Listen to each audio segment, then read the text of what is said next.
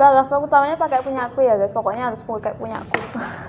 Itu udah gambarin gagasan utamanya tuh udah tergambar banget, soalnya secara teorinya tuh kalimat pokoknya, pendukung sama penutupnya tuh udah lengkap sih.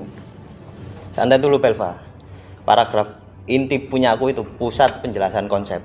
Tanpa inti, pembuka juga nggak akan bisa dibuat. Bentar. Lah, terus paragraf ilustrasimu kapan dipakai? Yang analogi ayam sama sapi itu loh. Ata, itu tuh paragraf apa peternakan? Kita tuh butuh paragraf yang kohesif, bukan yang belok-belok. Kalau paragraf Bima dipakai, itu fokus kita tuh jadi hilang. Jadi kayak paragraf kan harus dikembangin dari gagasan utamanya aja kan. Setuju, paragraf inti itu harus urut dan logis, nggak boleh melenceng dari topik yang udah dibuat. Aduh, kalian ini, paragraf aku itu kreatif, menarik secara emosional. Kalian semua ngerasa paragraf kalian paling penting. Terus aku nyambunginnya gimana? Setiap transisi itu harus halus, nggak lompat-lompat. Oke, cukup. Ingat ya, paragraf itu bukan sekedar kalimat, tetapi dia itu punya hubungan yang saling secara logis.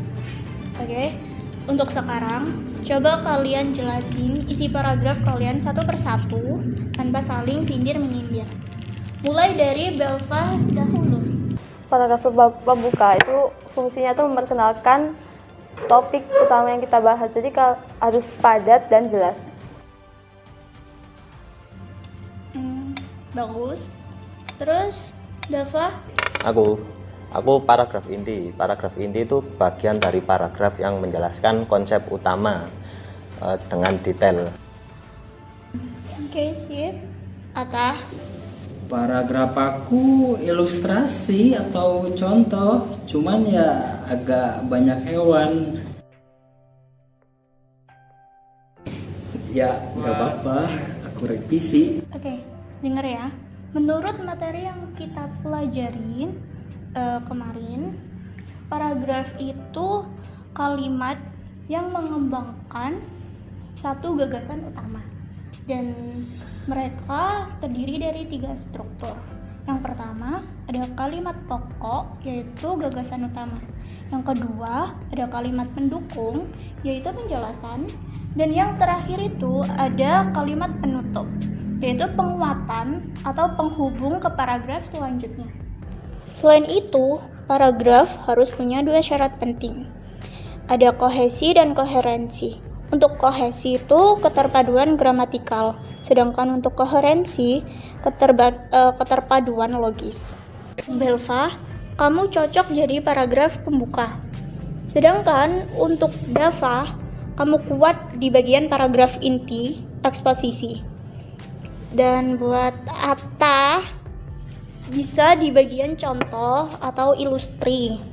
Yang terakhir, Yusia, kamu jadi penghubung dengan memastikan transisi antar paragraf berjalan dengan halus. Ya, aku cuma nggak mau tulisan kita tuh acak-acakan. Nah, itu.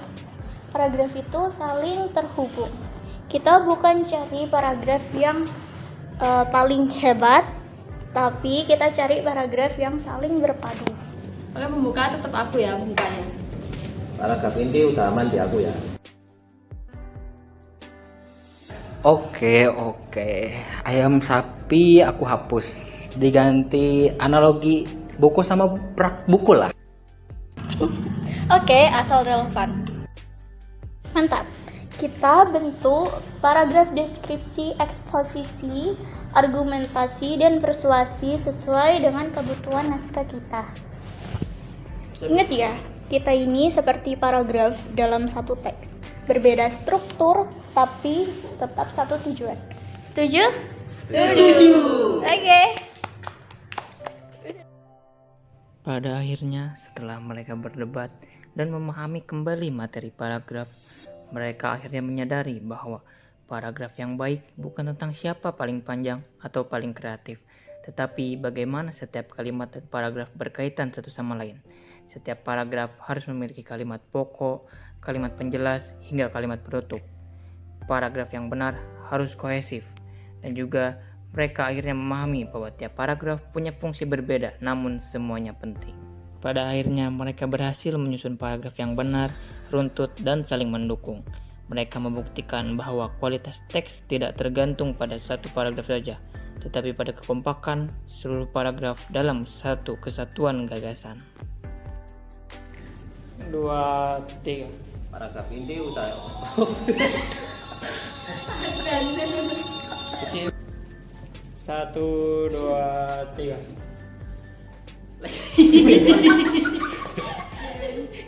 Ulang. 2, 3. Paragraf pembuka itu tuh harus ulang. 2, 3. Oke, cukup. Ingat ya. Yus. 1, 2, 3. Ata, itu tuh paragraf apa peternakan? Kita tuh Semua kan